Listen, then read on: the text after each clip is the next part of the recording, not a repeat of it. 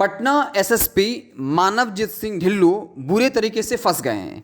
उन्होंने एक बयान दिया था, जब मीडिया से बातचीत कर रहे थे तब कहा कि जैसे आरएसएस शाखा लगाकर युवाओं को शारीरिक तौर पर प्रशिक्षित करती है, वैसे ही एक संगठन जो मुसलमान युवकों को शारीरिक तौर पर प्रशिक्षण दे रही थी और उनका ब्रेन वॉश कर रही थी।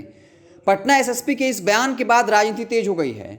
बीजेपी की तरफ से हरिभूषण ठाकुर बचौल ने बाकायदा कहा कि उनका मानसिक संतुलन जो है वो खिसक गया है, मानसिक संतुलन बिगड़ गया है।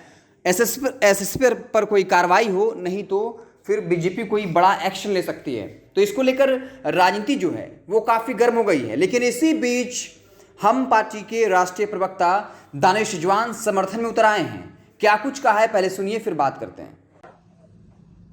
देखिए, पटना एसएसपी पर जिस तरीके से भारतीय जनता पार्टी के नेता लगातार आरोप लगा रहे हैं वो कहीं से ठीक नहीं है।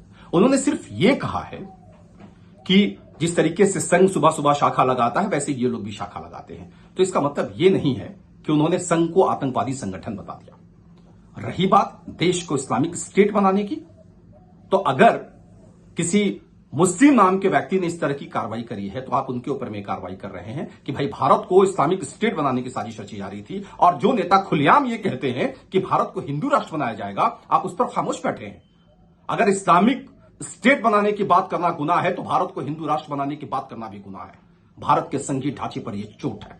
हमें लगता है कि अविलंब ऐसे नेताओं पर भी कार्रवाई होनी चाहिए जो भारत को धार्मिक मुल्क बनाने की बातचीत करते हैं। अगर भारत को इस्लामिक स्टेट बनाना अपराध है तो भारत को हिंदू राष्ट्र बनाने की कल्पना करना भी अपराध है। और हमें लगता है कि दोनों के लिए बराबर सजा होनी चाहिए। तो आपने सुना, दानिश जवान कह रहे हैं कि अगर इस्लामिक राष्ट्र बनाना गुनाह है तो हिंदू राष्ट्र की बात करना भी गुनाह है। उन नेताओं पर भी कार्रवाई होना चाहिए जो धार्मिक उन्माद फैलाते हैं, क्योंकि धार्मिक उन्माद फैलाना भी गलत बात है। और ये कहा कि अगर मुस्लिम राष्ट्र बनाना अपराध है तो फिर हिंदू राष्ट्र की जो बात करते हैं वो भी गलत है।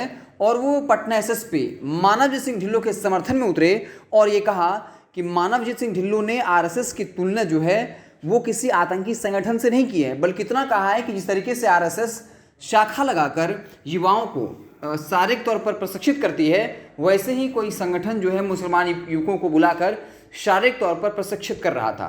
तो अब पटना एसएसपी ने एक ऐसा बयान दिया है जिस पर अब खुलकर राजनीति हो रही है। और बीजेपी ने साफ कर दिया है कि बिहार सरकार उन पर कार्रवाई करे, यानी गृह मंत्रालय नीतीश कुमार के पास अगर वो कार्रवाई नहीं करते हैं तब बीजेपी कोई बड़ी कार्रवाई करेगी। और साफ तौर पर जिस तरीके से पटना एसएसपी ने आरएसएस पर हमला किया है, तो आपको पता होगा कि चाहे वो देश के प्रधानमंत्री हो, गृह मंत्री हो, बिहार के उप मुख्यमंत्री हो, हर कोई आरएसएस से जुड़ा हुआ है। बीजेपी के अधिकतर तमाम बड़े नेता जो हैं वो आरएसएस से जुड़े होते हैं, कई साल आरएसएस की शाखा में गुजारते हैं। और ऐसे ही लोगों को बीजेपी अलग अलग राज्यों में बड़ी बड़ी जिम्मेवारियां देता है।